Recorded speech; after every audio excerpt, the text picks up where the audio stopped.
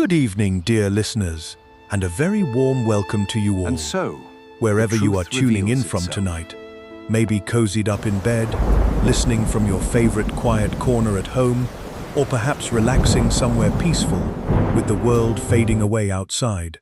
I'm so glad you've joined me here. Take a slow, deep breath. Let your shoulders drop. Maybe pull the covers up a bit higher and feel the day gently slip away.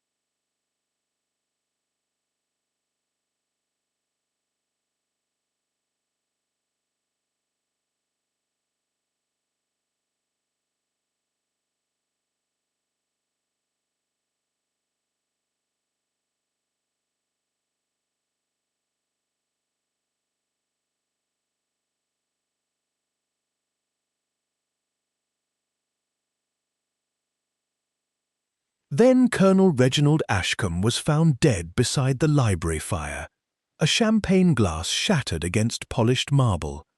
A single bullet wound rested beneath his left shoulder blade, though every door had been locked from within. The police saw suicide disguised as murder.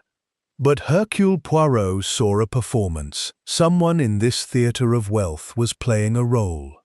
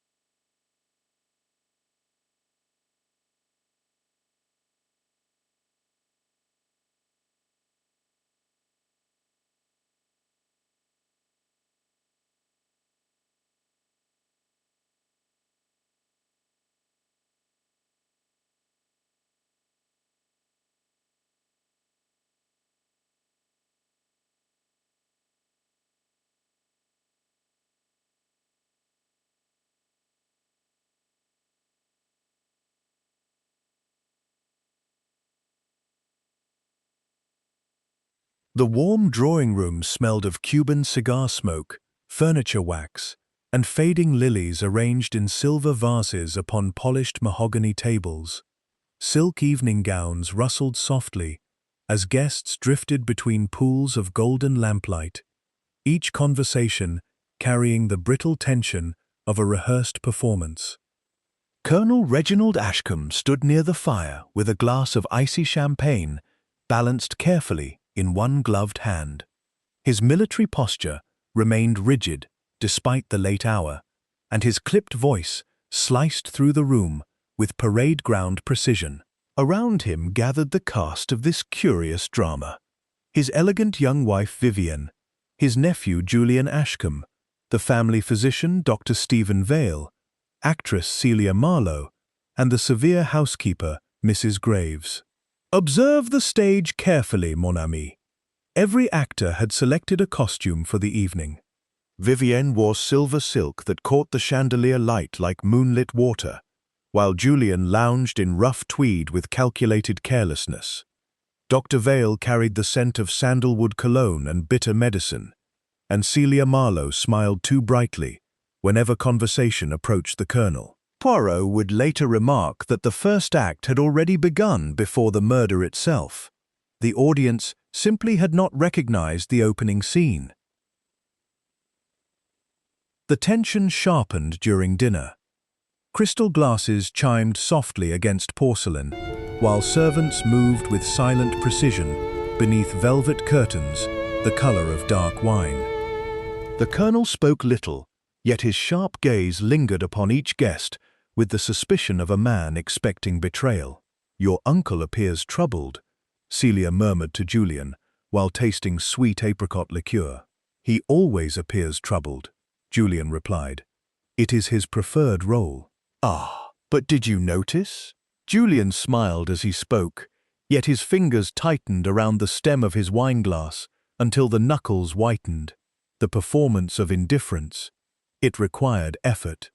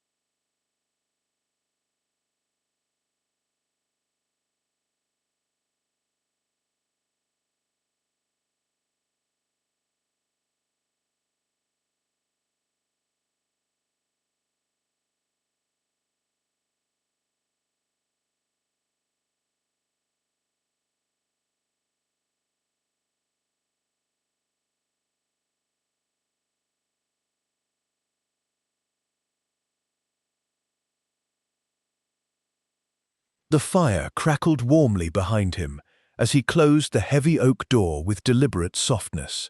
Moments later, the distant sound of piano music drifted faintly from the music room, where Celia played Debussy with trembling elegance. Then came the gunshot. One sharp crack shattered the evening's illusion. A champagne glass slipped from Vivienne's hand and exploded across the marble floor. Somewhere upstairs, a maid screamed. The guests rushed toward the library. Footsteps thundered upon parquet floors, while cold air swept through the corridor from an open terrace door. The smell of gunpowder mingled strangely with roses and cigar smoke. Colonel Ashcombe lay beside the fireplace, one arm twisted awkwardly beneath him. Blood darkened the Persian carpet, while the firelight flickered across his pale face. Near his fingertips rested a revolver. Inspector Harold Fenwick arrived within the hour, bringing with him damp overcoats and the scent of London rain. He examined the locked windows, the revolver, and the colonel's mounting debts with practical satisfaction.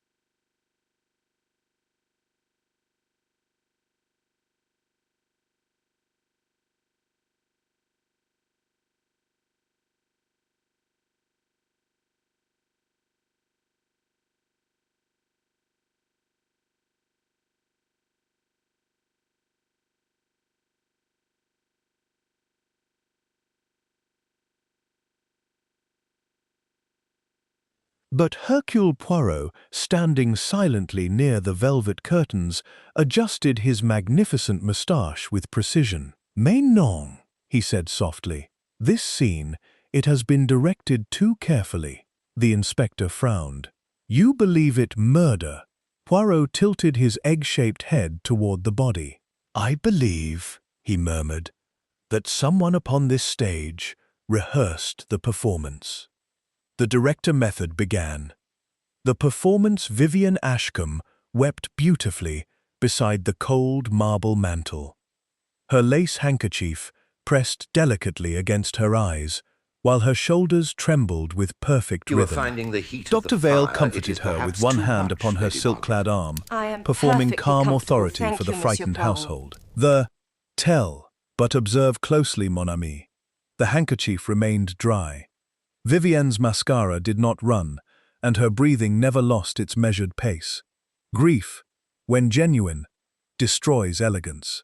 The psychology Poirot later recalled a case in Brussels involving a banker whose wife discovered him poisoned beside their breakfast service. She collapsed magnificently upon the carpet and cried aloud to heaven with such convincing despair that the police dismissed every suspicion. Yet while servants lifted her upright, she paused to smooth her hair before facing the mirror. Ah, that tiny gesture.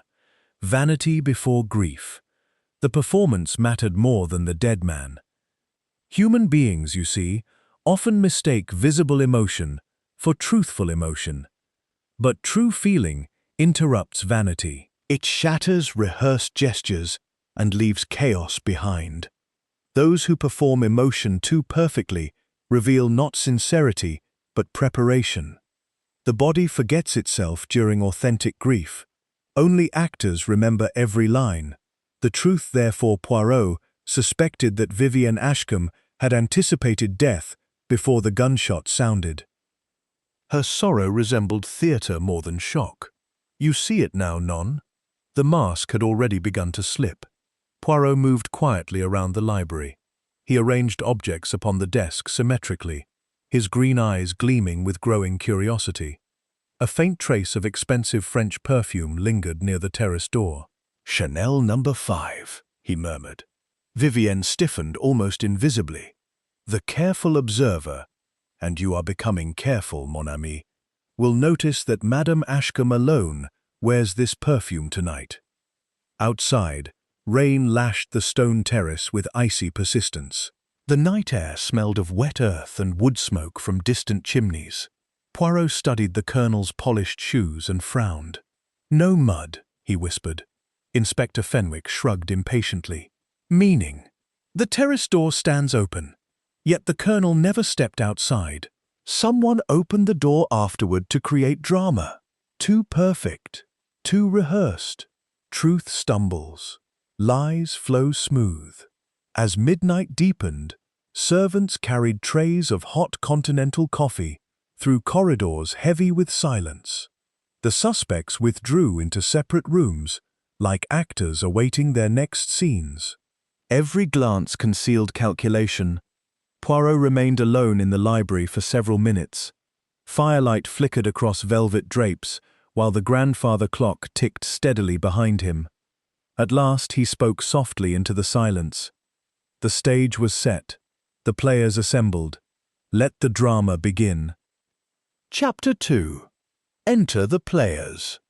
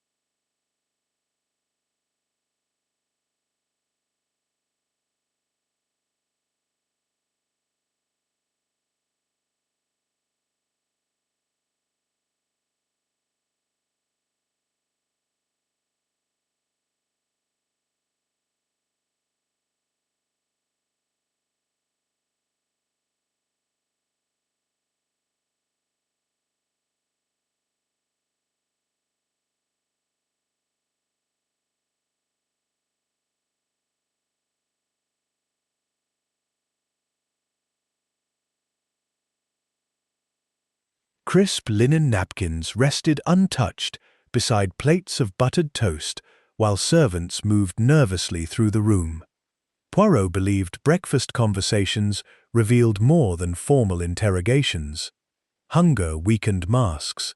Fatigue loosened rehearsed lines. These provenance Watch documents, this monsieur, are performance quite clearly carefully. forgeries. Is Forgeries, it Inspector. truth What an amusing or accusation, theatre? I assure you. Every Vivian piece here is Ashcombe entirely appeared legitimate. first, dressed in morning black silk, despite the haste of the previous evening. Her face seemed pale against the warm firelight, though her pearl earrings remained perfectly matched. She accepted strong coffee with steady hands. "The poor colonel suffered greatly these last months," she said softly. Poirot nodded politely. "Financial worries, perhaps." A fractional pause interrupted her answer. "Yes, naturally. The mask slips. Did you catch it?"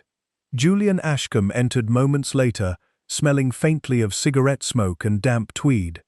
He dropped heavily into his chair and swallowed whiskey before breakfast, with reckless determination. "My uncle made enemies everywhere," he declared. "Half the county wished him dead." "An interesting choice of words," Poirot observed. Julian's jaw tightened.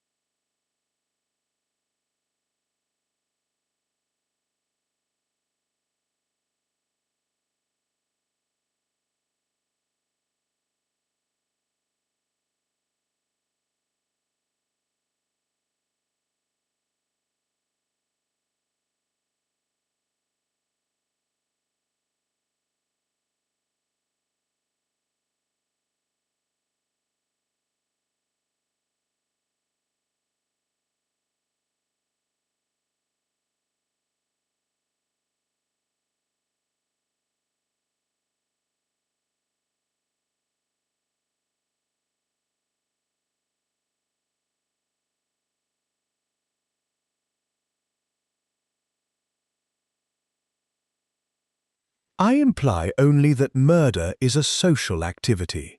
Suicide is lonely." Dr. Stephen Vale arrived precisely on time, his dark suit immaculate despite the storm outside. He carried himself with calm confidence, though tiny shadows beneath his eyes suggested sleeplessness. "The colonel relied heavily upon medication," he explained. "His nerves were deteriorating." "Yet not enough to impair his aim?" Poirot asked. The doctor stirred his coffee too quickly. "Ah, but you say Poirot reads too much into small gestures. Bear with me." Celia Marlowe appeared last. Her copper hair framed a face still marked by sleeplessness, and the scent of lilies followed her into the room. She sat beside the window where rain streaked the glass like tears. "I heard someone arguing with the colonel before the shot," she admitted quietly. Inspector Fenwick leaned forward eagerly. "Who?" "I could not distinguish the voice." Poirot studied her carefully. The actress played uncertainty convincingly. Yet beneath the performance rested genuine fear. Formal interviews began shortly afterward, in the library itself, transforming the crime scene into a psychological theater. Poirot positioned chairs deliberately beneath the chandelier, where every expression remained visible beneath the spotlight of observation. Vivian Ashcombe. Vivienne crossed her silk-clad legs elegantly while answering questions with practiced sadness. "My husband was often severe," she admitted, "but he provided generously." "Did you love him?" Poirot asked. The question struck like unexpected thunder.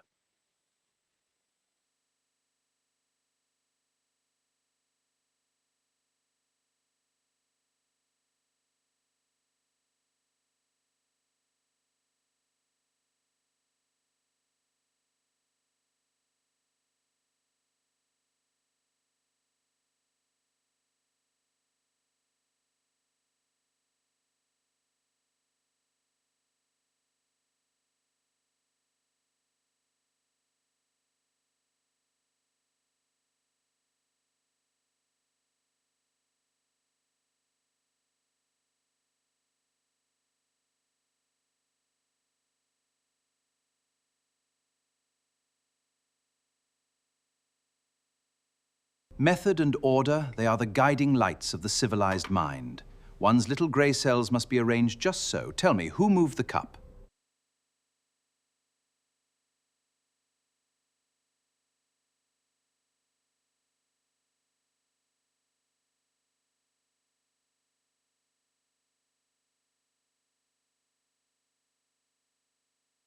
Whenever the Colonel's finances arose, Vivian glanced unconsciously toward Dr. Vale. The performance contained partnership. Julian Ashcombe. Julian sprawled carelessly across his chair, attempting the role of cynical aristocrat. "My uncle despised weakness," he said bitterly. "He treated everyone like inferior officers. Even his wife." Julian hesitated. "Especially his wife." Poirot smoothed an imaginary wrinkle from his sleeve. "And yet you remain at Blackthorn Hall despite such hatred." Julian laughed too loudly. "Where else should I go?" Fear performed as arrogance. "A common role." "Dr. Stephen Vale." The physician answered with polished restraint. His voice remained smooth, his posture controlled. "The Colonel suffered insomnia and paranoia," he explained. "He imagined conspiracies everywhere." "Did he imagine correctly?" Poirot asked. For the first time, Dr. Vale lost rhythm. "Meaning?" "Meaning, doctor, that sometimes paranoia is merely accurate observation. The tension rises. Someone will break character soon." Celia Marlowe. The actress entered the room wrapped in soft grey wool, carrying the faint scent of roses and cold rain. Unlike the others, she did not attempt immediate performance. "The Colonel frightened me," she admitted. "Not because he was cruel. Because he enjoyed controlling fear in others." Poirot's eyes narrowed.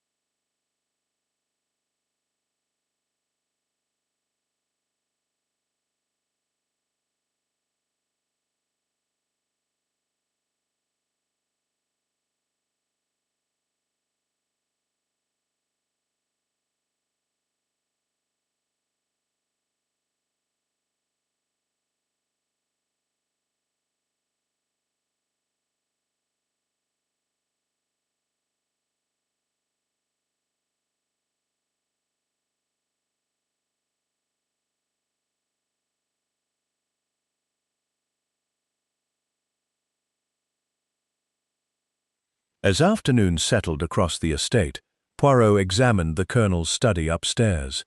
Leather-bound military journals lined the shelves beside framed photographs from distant campaigns. A half-burned letter rested within the fireplace. Inspector Fenwick retrieved it carefully. Most of the writing destroyed. Poirot read the surviving line aloud. "If the truth emerges, none of us will survive the scandal." "Ah." He arranged the burnt fragments methodically across the desk. "Every actor upon this stage fears exposure." Later that evening, Poirot stood alone upon the cold terrace, while rain drifted softly through the darkness. Piano music echoed faintly from within Blackthorn Hall. "You watch with Poirot, non?" he murmured. "You see how every player protects not merely innocence, but identity itself."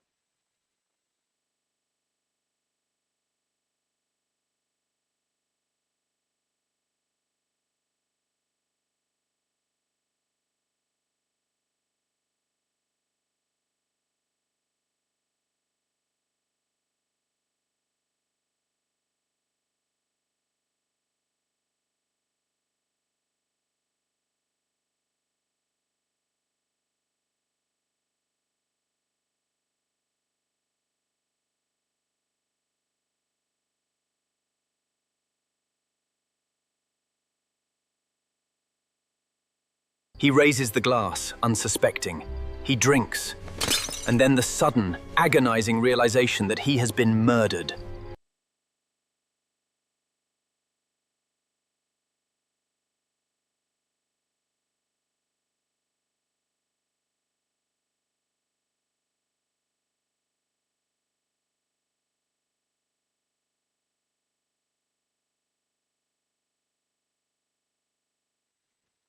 Chapter 3. The First Act.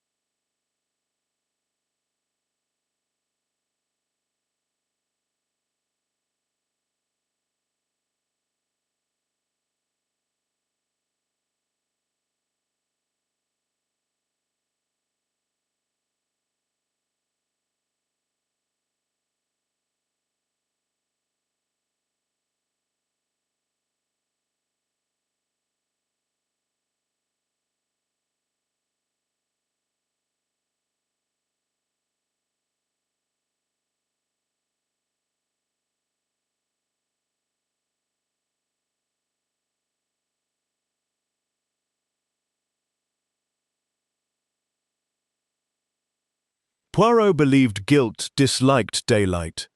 Darkness allowed performance. Morning demanded endurance. The first significant crack appeared shortly before luncheon. Mrs. Graves, the severe housekeeper, entered the drawing room, carrying fresh roses arranged in a silver vase. Her hands trembled slightly against the cold porcelain. "Madam Ashcombe requested these flowers removed from the Colonel's room," she said. Poirot touched his magnificent moustache thoughtfully. "Because?" She said the scent disturbed her. Yet the roses were lilies. The mask slips. "Did you catch it?" Poirot summoned Vivienne immediately. "You requested lilies removed from your husband's chamber," he observed. "Yes. You told Mrs. Graves they were roses." Vivienne stared. "It hardly matters." "May see. It matters greatly. Roses stood in the library last night. Lilies stood upstairs. Yet when the gunshot sounded, you cried, 'The roses!' before anyone mentioned flowers at all." Vivienne's pale composure faltered. For one instant, genuine terror crossed her face. The director method, the performance Vivienne, straightened elegantly and attempted wounded dignity. Her voice lowered into controlled softness, while one gloved hand rested theatrically against her throat. "You mistake shock for confusion, Monsieur Poirot."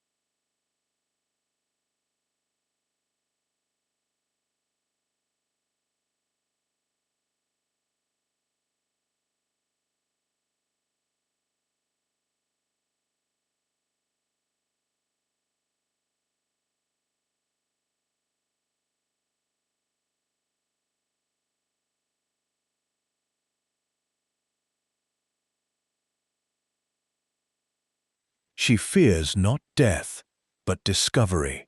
The psychology Poirot recalled an affair years earlier in Paris, involving a theatre producer poisoned during intermission at his own premiere.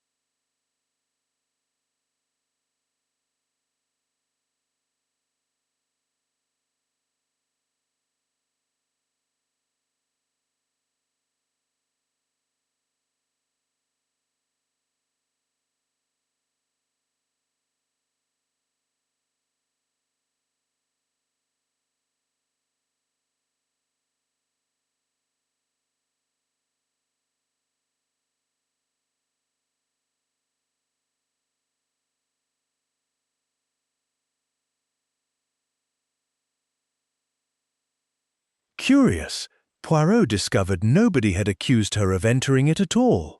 Ah, but guilt rushes ahead of danger. The actress feared evidence hidden within the office, and her subconscious attempted defense before attack arrived. For nearly a week, she maintained her role magnificently. Tears arrived on cue. Grief flowed with operatic perfection, yet each performance contained one fatal flaw: anticipation. The innocent react, the guilty prepare. Human psychology obeys this principle relentlessly. A guilty mind performs against imagined accusations before they exist. That is why Hercule Poirot watches not merely what people answer, but what questions they fear before hearing.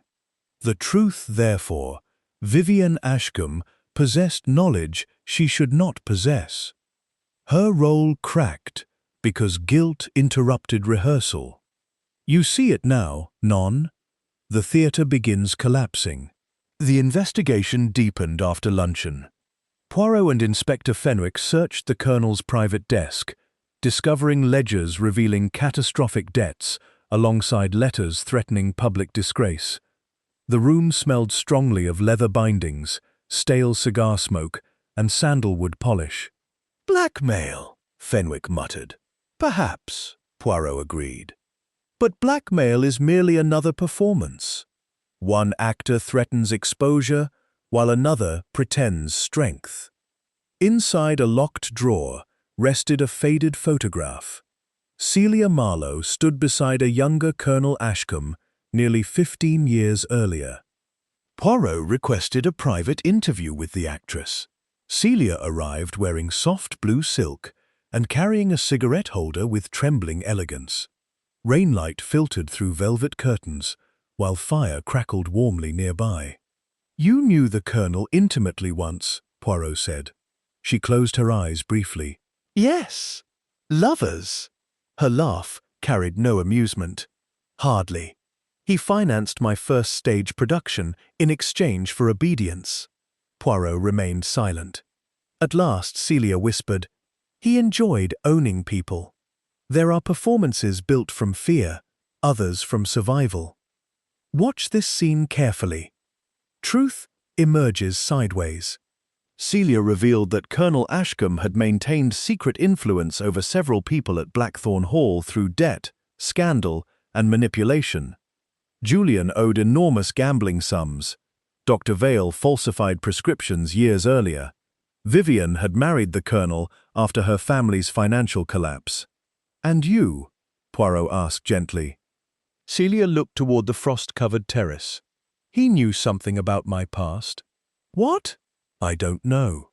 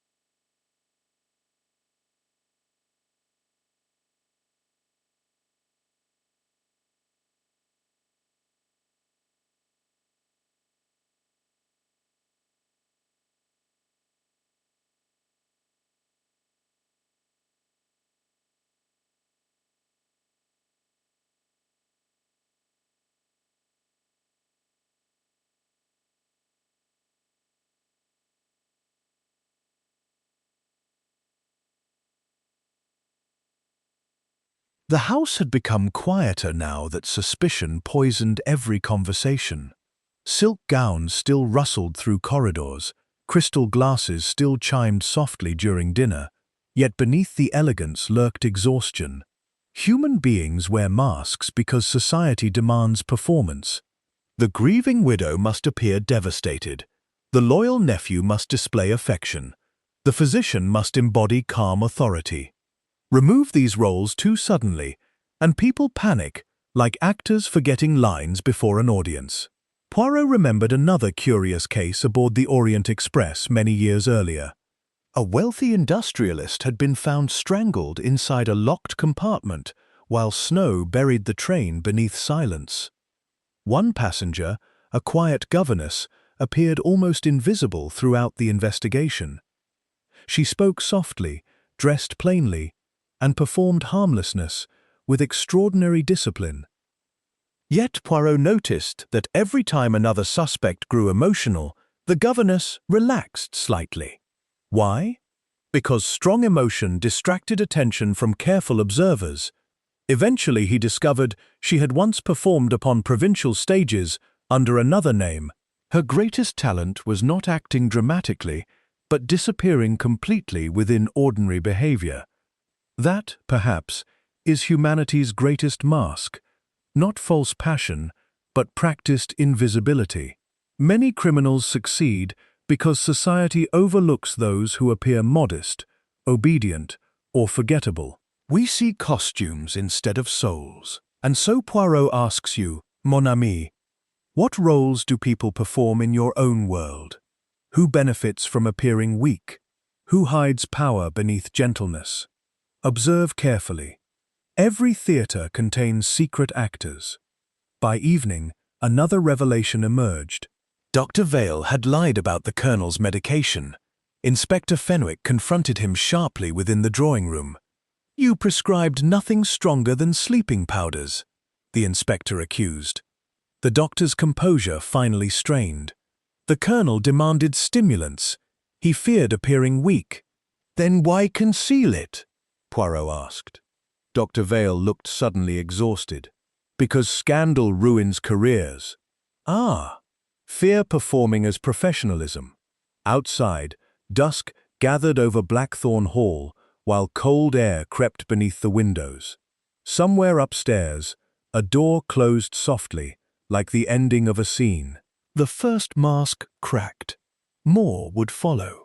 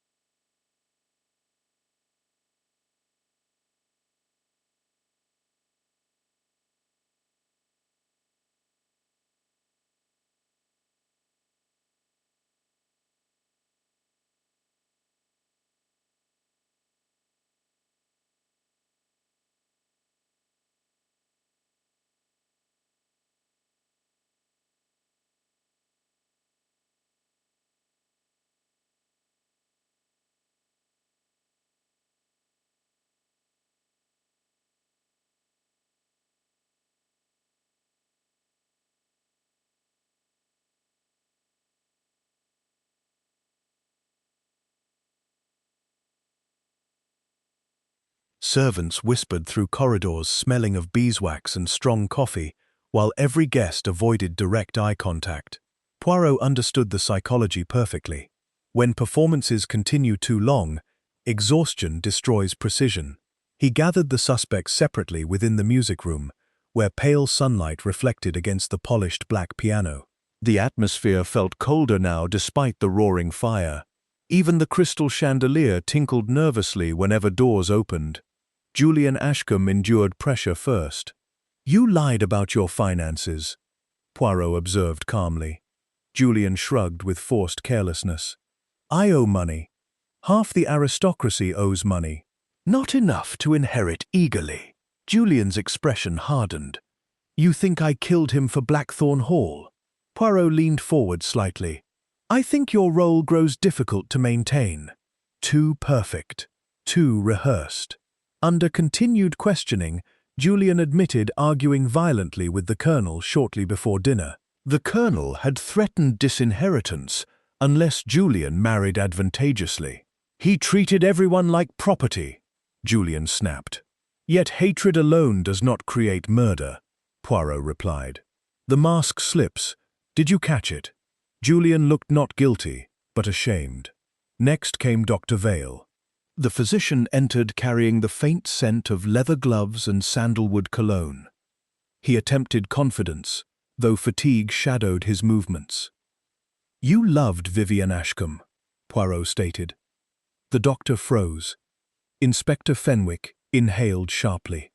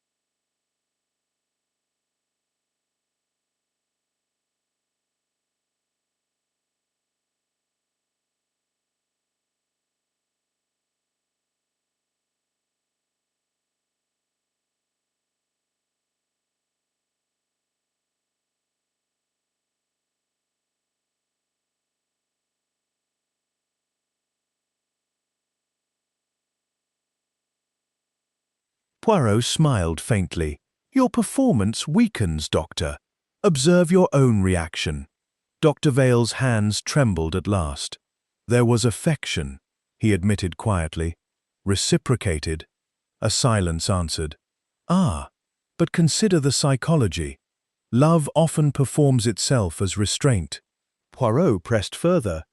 "You planned to leave England together after the Colonel's death."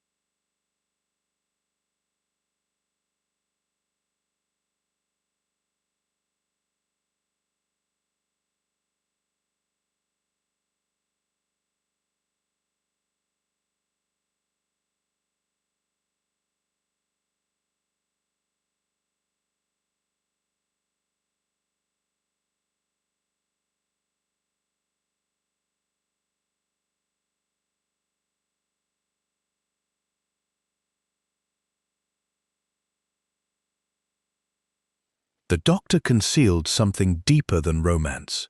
Meanwhile, Celia Marlowe wandered restlessly through the gallery overlooking the gardens. Her silk scarf fluttered against the cold draught, while distant crows circled above frost-covered hedges. Poirot joined her quietly. "You fear someone," he said. "Yes. The murderer. No. The truth. Interesting.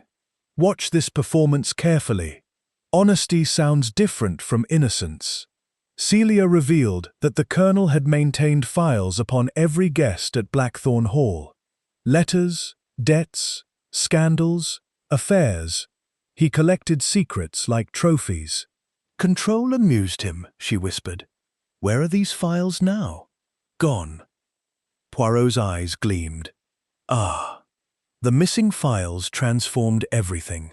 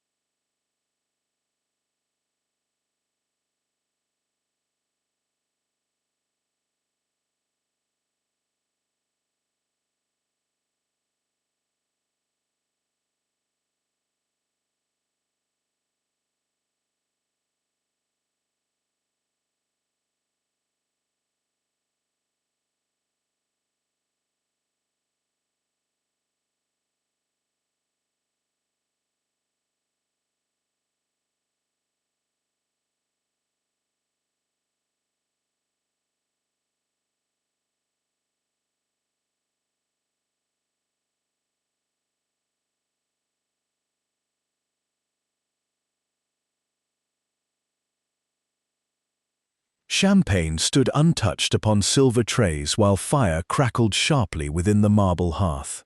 "You all perform beautifully," Poirot announced. Uneasy silence followed. Madame Ashcombe performs grief. Monsieur Julien performs rebellion. Dr. Vale performs professionalism. Mademoiselle Marlowe performs fear. Vivienne lifted her chin. "And what do you perform, Monsieur Poirot?" Poirot adjusted his moustache with precision. "The audience." Then he dropped the first bombshell. The colonel was already dead before the gunshot. Shock rippled through the room. Inspector Fenwick stared. "Impossible." "Mais non." "The body temperature, the stiffness of the fingers, the untouched champagne, all indicate earlier death. The gunshot was theatre. Someone staged the second act. The tension rises. Someone will break character soon."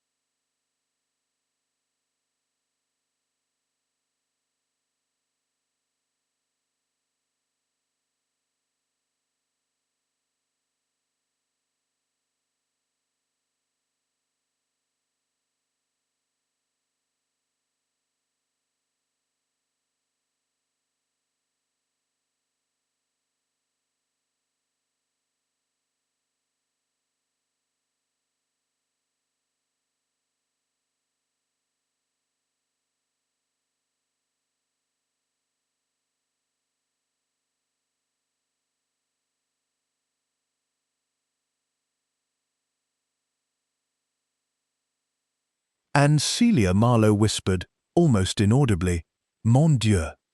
Poirot noticed everything. "The murderer," he continued softly, "required witnesses for the gunshot because the performance needed audience participation." No one spoke.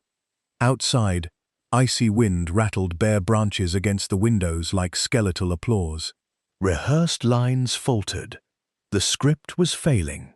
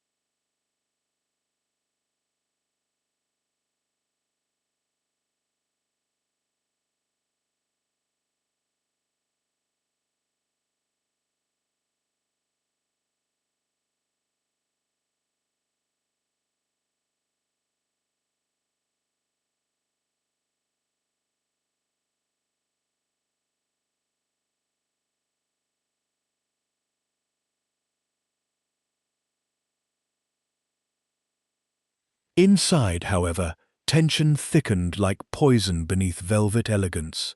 Poirot knew the climax approached.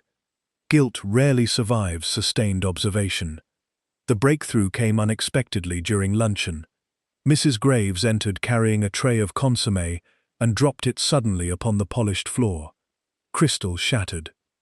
Hot broth splashed across marble. Everyone turned sharply toward her. Everyone except Dr. Vale. "Ah!"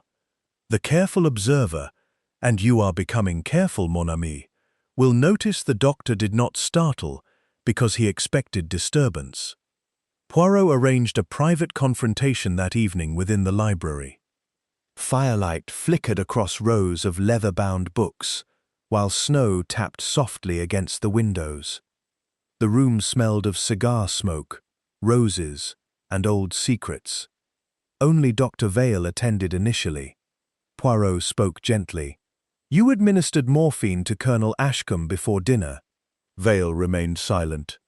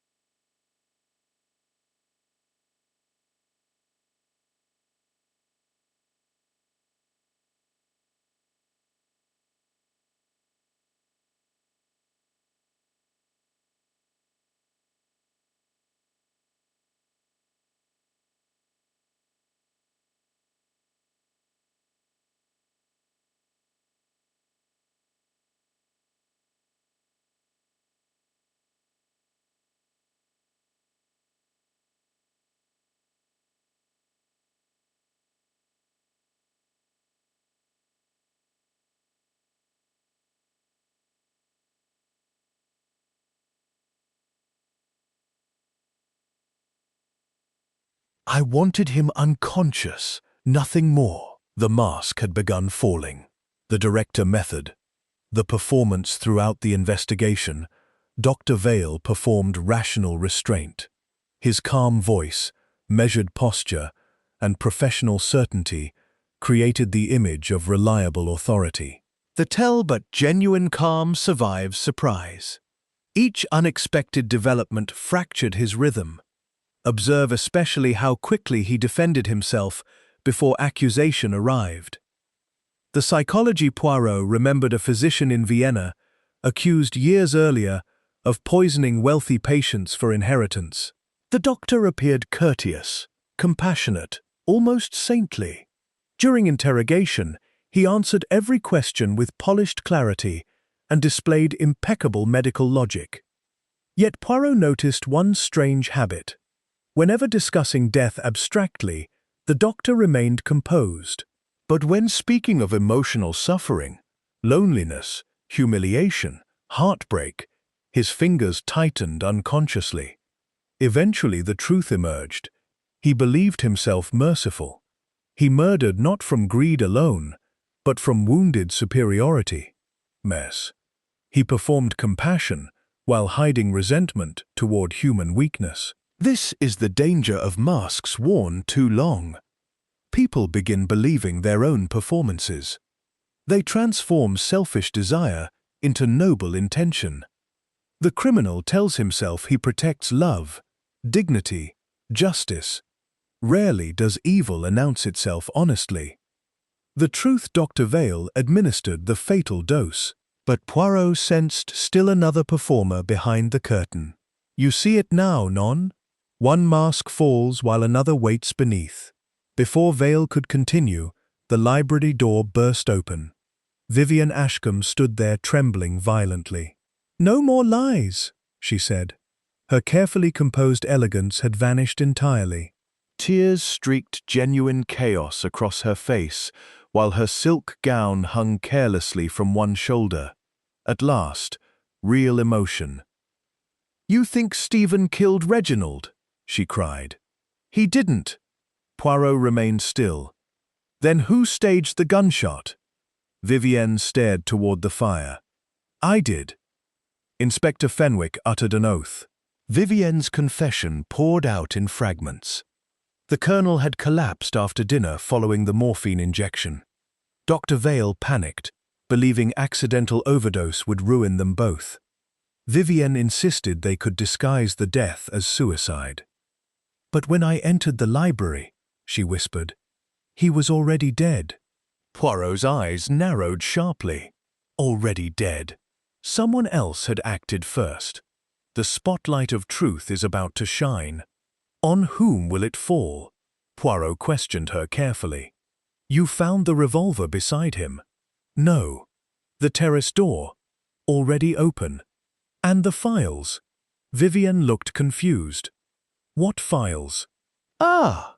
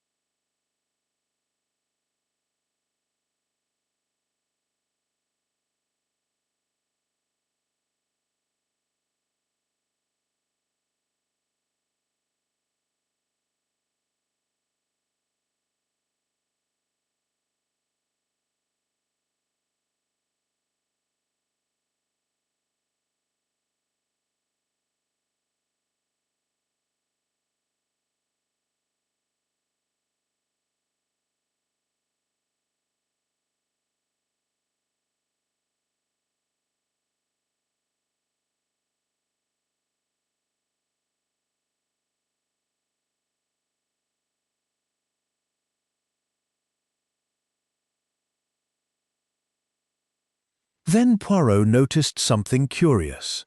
From beneath Celia Marlowe's door drifted faint piano music.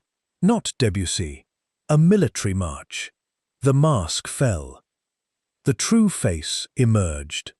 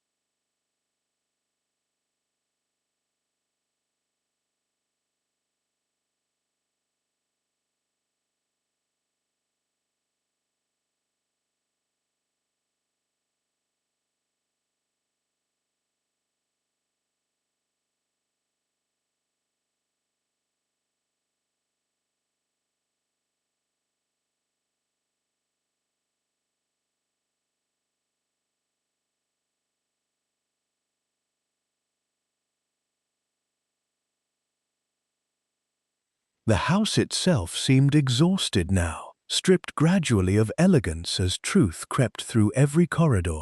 Flowers wilted in crystal vases. Cigarette smoke lingered heavily above untouched drinks. Poirot summoned Celia Marlowe to the music room shortly after dawn. She arrived pale but composed, wearing dark velvet that absorbed the weak winter light. Her perfume carried traces of lilies and tobacco. "You knew Colonel Ashcombe from the war years," Poirot said. "Yes." "You performed under another name then?" A pause. "Yes. And your brother died because of the colonel." Celia closed her eyes. At last the backstage curtains opened. Her brother, Lieutenant Daniel Marlowe, had served under Colonel Ashcombe during a disastrous campaign overseas. The colonel falsified reports to preserve his reputation, sacrificing several young officers in the process. Daniel died, protecting soldiers, abandoned by command.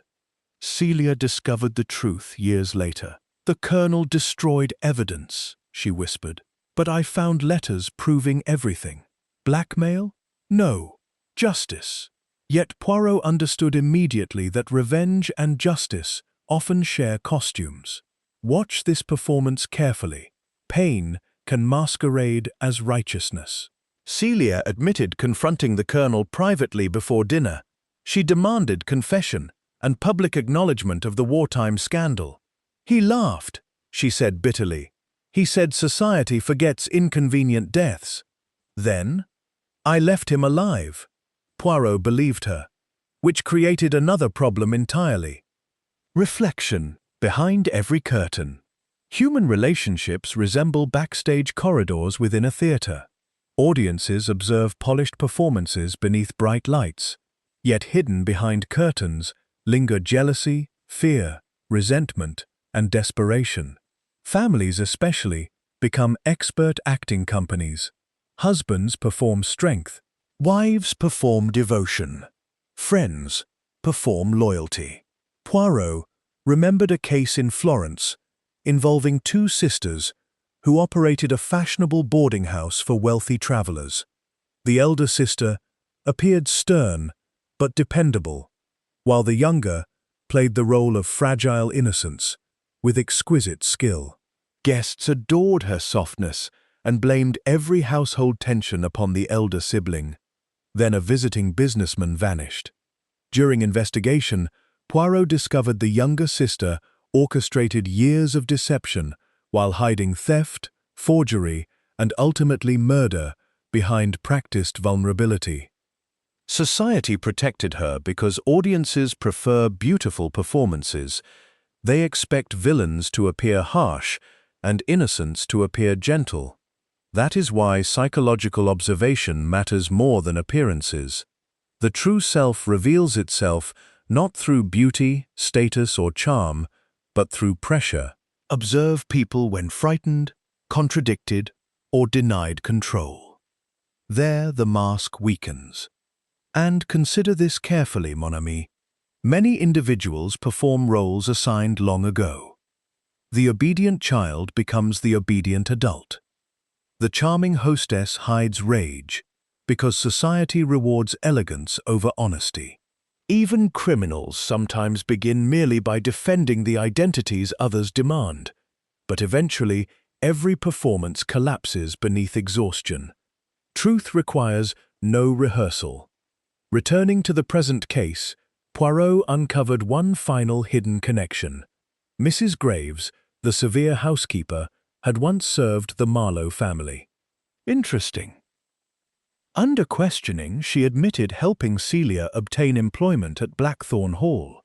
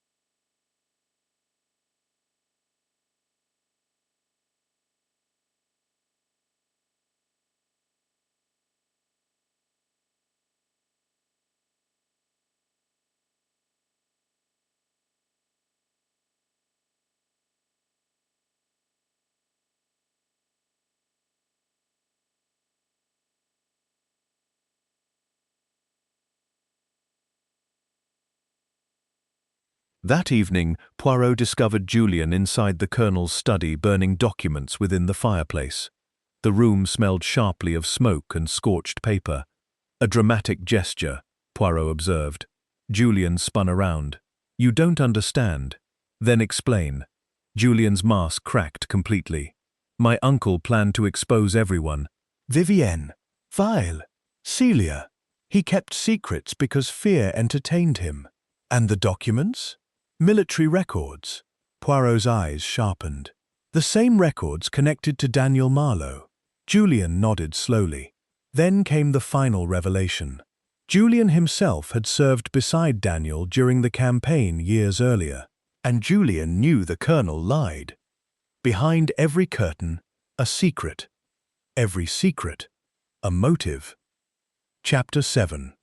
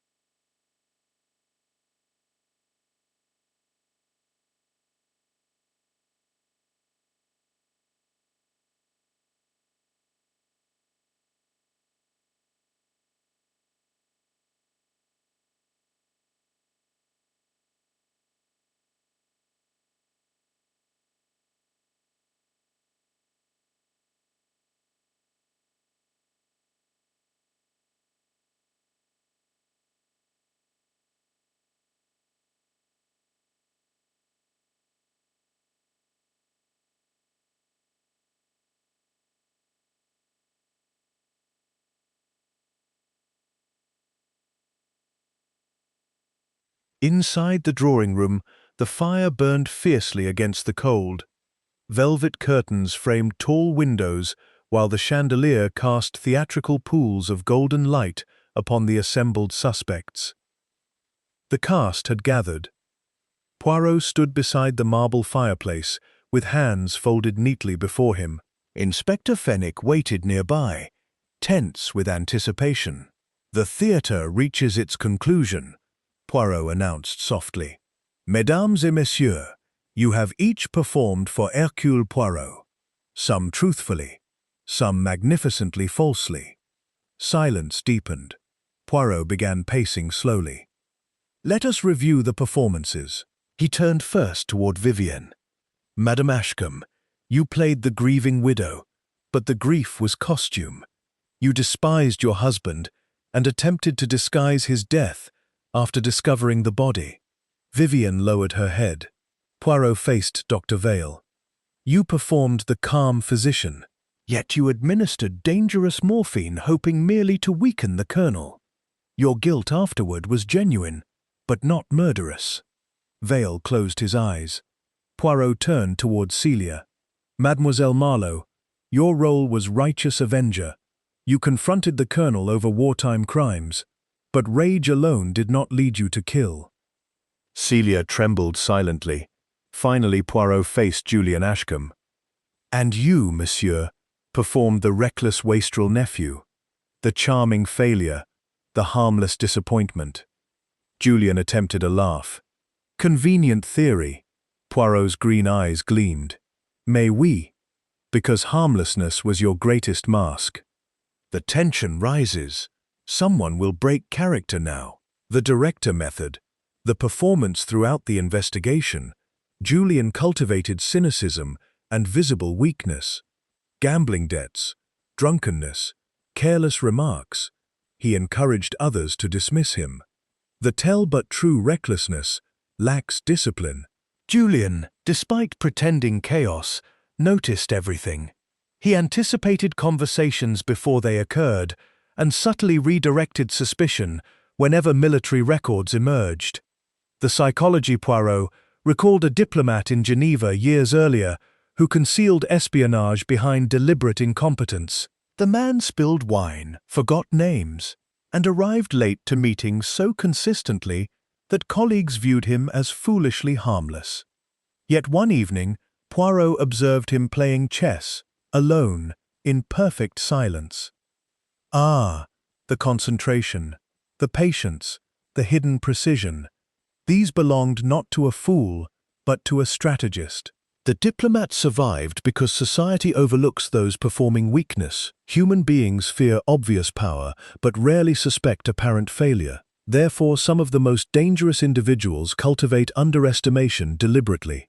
They perform carelessness while calculating every move from backstage. The truth: Julian Ashcombe killed Colonel Reginald Ashcombe before dinner ever began. The others merely stumbled afterward through consequences already set in motion. Julian rose abruptly. You can't prove it. Poirot nodded calmly. Ah, but Hercule Poirot requires not merely evidence. He requires psychology. The room remained utterly silent except for fire crackling softly. You served beside Lieutenant Daniel Marlowe during the campaign, Poirot continued. You witnessed your uncle sacrifice men to preserve reputation. Daniel died saving you. Julian's face drained of color. You inherited not merely debts from your uncle, Poirot said gently. You inherited guilt.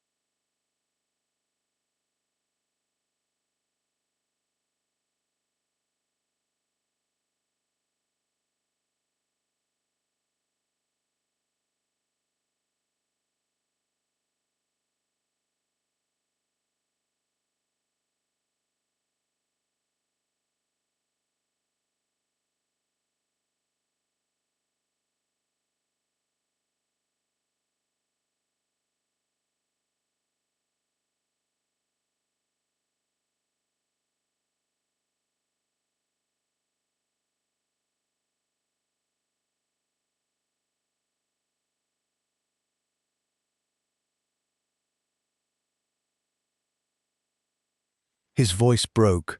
With the bronze fireplace figure, I never meant, but anger performed truth for one terrible second.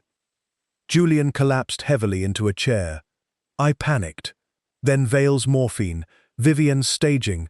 I realized everyone else feared exposure too. The house became theater. Poirot nodded sadly. Yes. Each actor attempted protecting identity rather than revealing truth.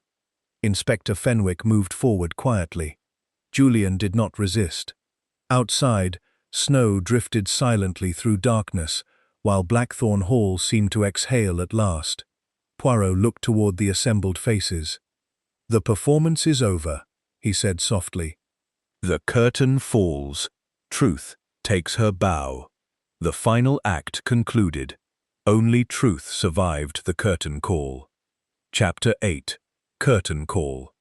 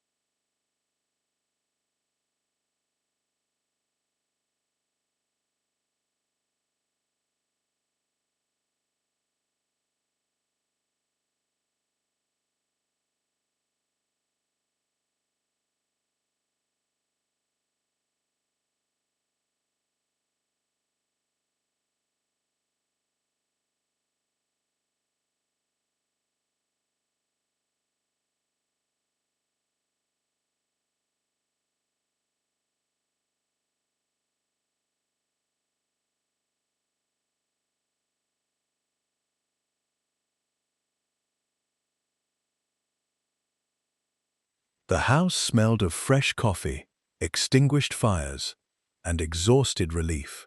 Servants moved quietly, as though afraid sudden noise might awaken old ghosts.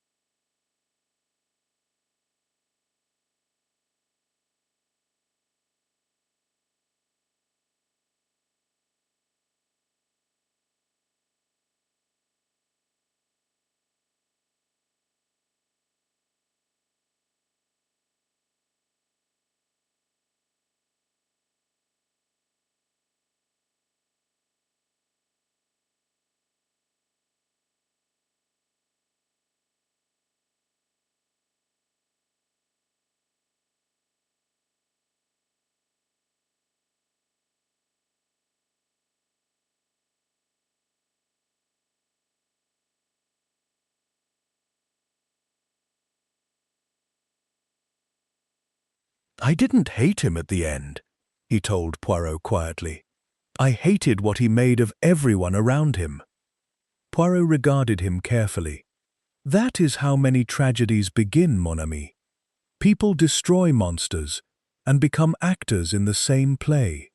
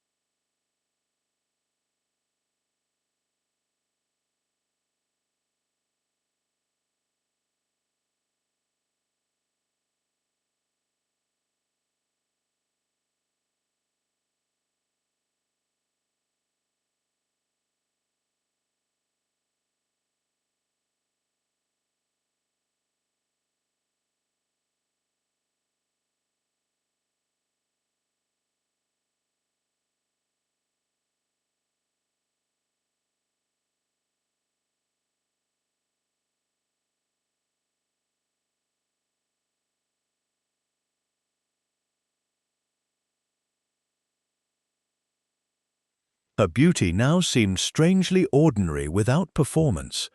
Dr. Vale stood beside her, though uncertainty lingered between them like unwritten dialogue. The masks had vanished. Observe this carefully. Some truths liberate, others merely exhaust. Celia Marlowe prepared to leave Blackthorn Hall before noon. She wore a simple grey travelling coat instead of glamorous silk, and for the first time Poirot saw her without theatrical armour.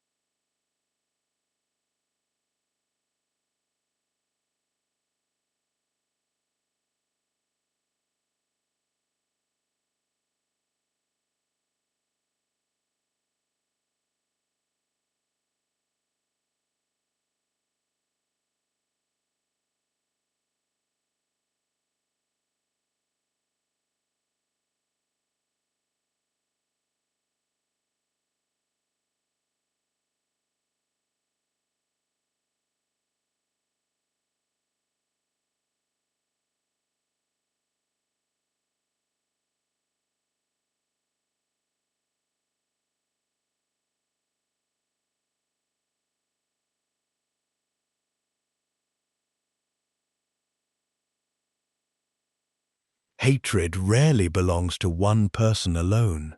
Mrs. Graves supervised servants removing wilted flowers from the drawing room. The lilies had browned at the edges, their perfume fading into bitterness. "A fitting symbol," Poirot murmured. Inspector Fenwick approached, carrying final reports beneath one arm. "A messy affair," he admitted. "Human drama usually is." The inspector hesitated.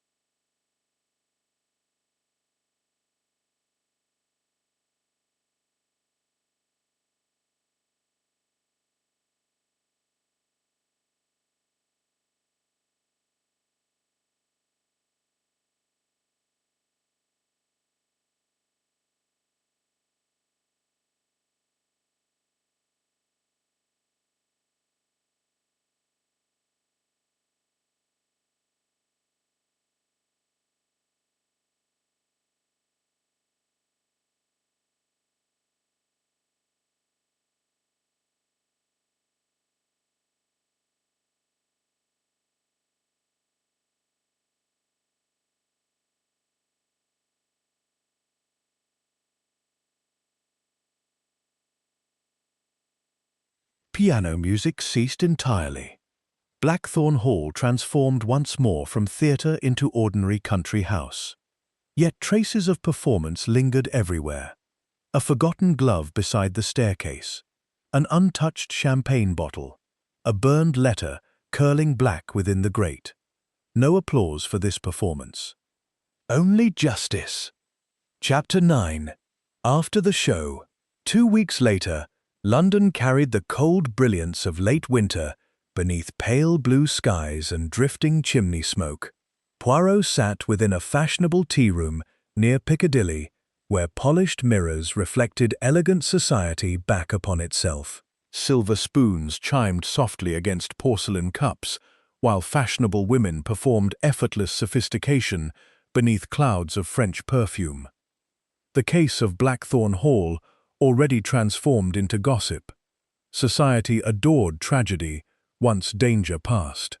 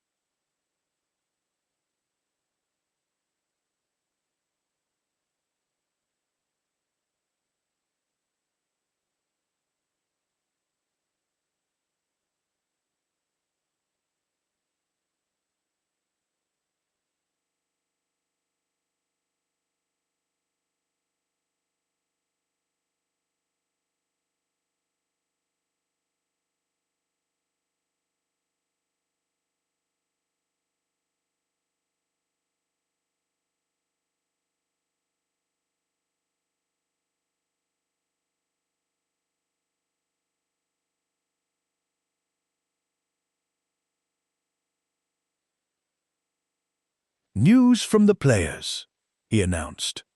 Poirot smiled faintly. "Ah, the final reviews."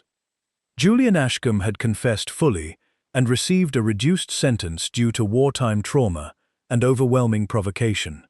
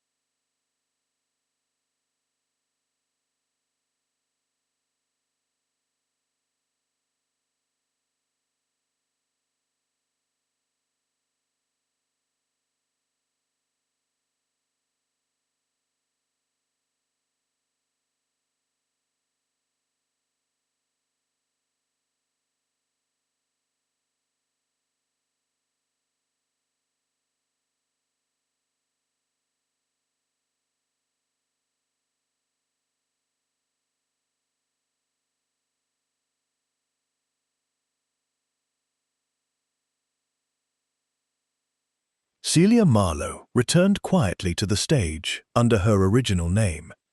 "And Blackthorn Hall?" Poirot asked. "Sold. Interesting. Even houses remove costumes eventually."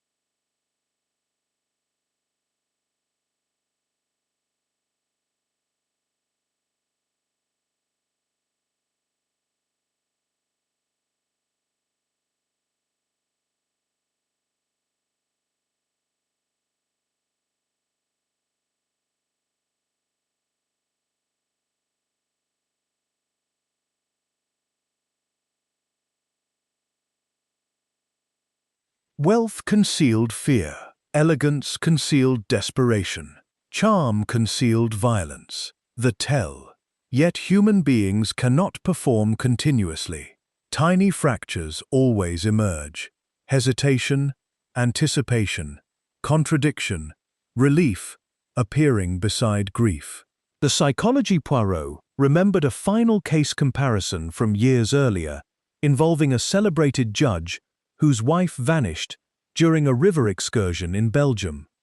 The judge embodied dignity itself, measured speech, charitable reputation, flawless public composure. Society trusted him instinctively because he performed moral authority. But Poirot noticed something peculiar during interviews. Whenever witnesses described the missing woman kindly, the judge appeared irritated rather than sorrowful. Ah! Genuine grief welcomes affection for the lost. Only resentment resents memory. Eventually the truth emerged.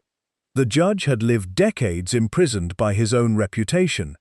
He despised weakness, emotion, dependency, especially within himself. When his wife threatened public exposure of corruption, he killed not merely to protect career, but to preserve identity.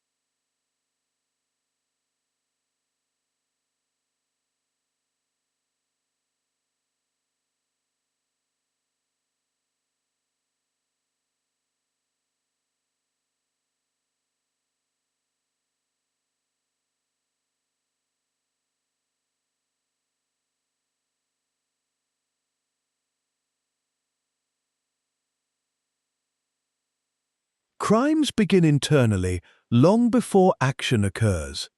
People perform roles so intensely that reality itself becomes intolerable. The truth.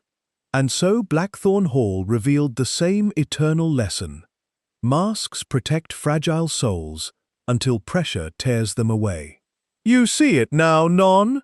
The theatre never truly ends.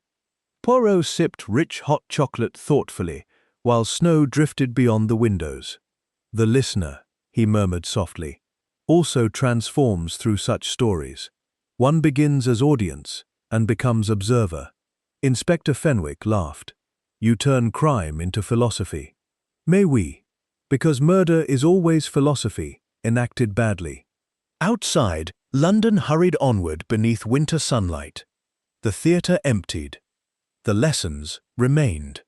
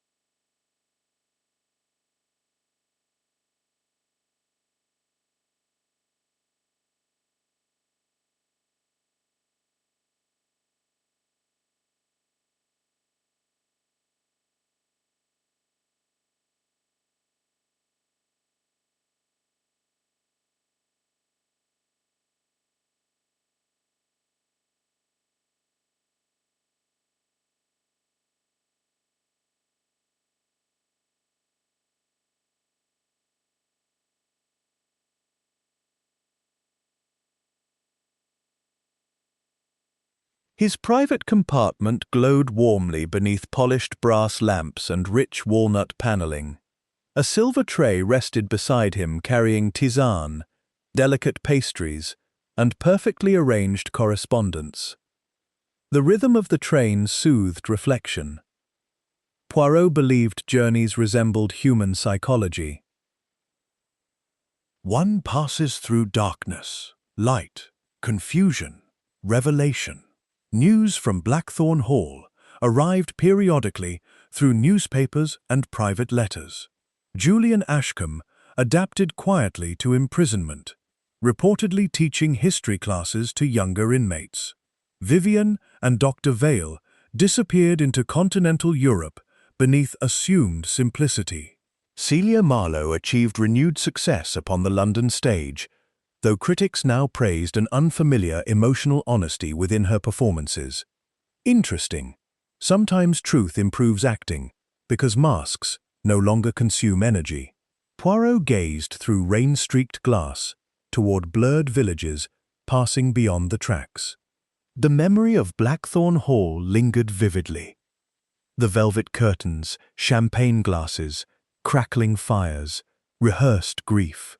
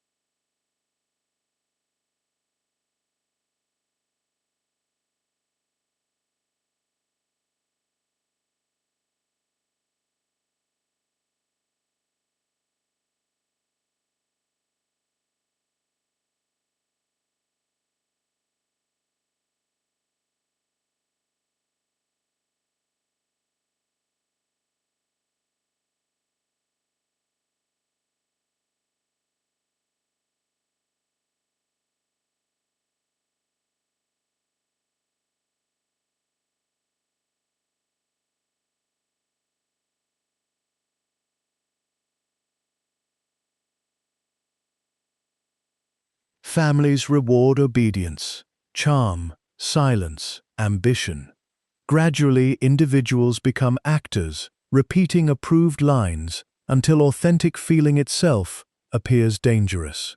The Colonel understood this instinct cruelly well. He manipulated others through the identities they feared losing. Vivienne feared poverty. Dr. Vale feared disgrace. Julian feared weakness. Celia feared invisibility, and therefore each became vulnerable. Poirot remembered another deeply instructive case from long ago in Amsterdam, involving a wealthy art collector murdered during a masquerade ball. Ah, the symbolism! Guests already concealed behind literal masks drifted through candlelit halls while orchestras played waltzes beside fountains scented with roses. Among the attendees stood a celebrated philanthropist admired throughout Europe for generosity and refinement. He wore a golden Venetian mask during the evening and spoke passionately about civilization, beauty, and moral duty. Yet Poirot observed something strange. Whenever servants approached, the philanthropist ceased performing warmth entirely. His face hardened instantly before softening again among aristocrats. The transitions happened too quickly for conscious control. Here was not genuine kindness, but selective theatre. Eventually, Poirot uncovered the truth. The philanthropist funded charities publicly while privately exploiting vulnerable workers through fraud and intimidation. He required admiration the way others require oxygen. His entire identity depended upon applause. That, perhaps, is among humanity's most dangerous weaknesses. People do not merely fear punishment, they fear exposure. The criminal often kills not to gain wealth or revenge alone, but to preserve performance. Truth threatens the carefully written character presented to society. And because maintaining masks requires exhausting effort, guilt eventually leaks through tiny gestures, the way water escapes cracked stone. A trembling hand, a rehearsed answer, delivered too quickly, relief appearing beside grief. The body always remembers reality, even when the mind edits dialogue. Poirot sipped hot tisane, while distant thunder rolled softly beyond the train. "The little grey cells," he murmured, "understand theatre because they understand humanity." He reflected particularly upon Julian Ashcombe. Many would label him villain exclusively, yet Poirot recognized something more tragic. Julian spent years performing failure because failure appeared safer than moral courage. He hid intelligence beneath recklessness, hidden guilt beneath charm. Then one moment shattered restraint. The performance ended violently, because authentic emotion erupted after years imprisoned backstage. This is another truth society dislikes acknowledging. Suppressed feelings do not disappear. They gather strength within darkness, until eventually emerging distorted, dangerous, uncontrollable. Honest sorrow heals. Performed calm corrodes. And what of Poirot himself? Even detectives perform roles. Hercule Poirot cultivates vanity, precision, theatrical flair. People underestimate the observer while concentrating upon the performance. Perhaps every human being requires some costume simply to navigate the world. But there remains an important difference. Healthy masks protect courtesy. Dangerous masks conceal corruption. The challenge lies in recognizing when performance replaces identity entirely. Poirot believed audiences of crime stories learned valuable lessons beyond entertainment. They trained observation. They noticed contradictions. They questioned appearances. In a world increasingly devoted to surfaces, such attention mattered profoundly. "You watch with Poirot now, non?" he said softly into the empty compartment. "You see the trembling hand behind the confident smile. You hear hesitation beneath elegant speeches. The careful observer becomes difficult to deceive." Outside, the train whistle echoed mournfully across the rain-soaked countryside. Poirot arranged the objects upon his table symmetrically and smiled faintly. Every mystery begins as theatre, a stage, a cast, a carefully directed illusion. But eventually, someone forgets their lines, and when the mask slips, truth steps quietly into the spotlight. Until the next theatre of crime, mes amis. Poirot watches always,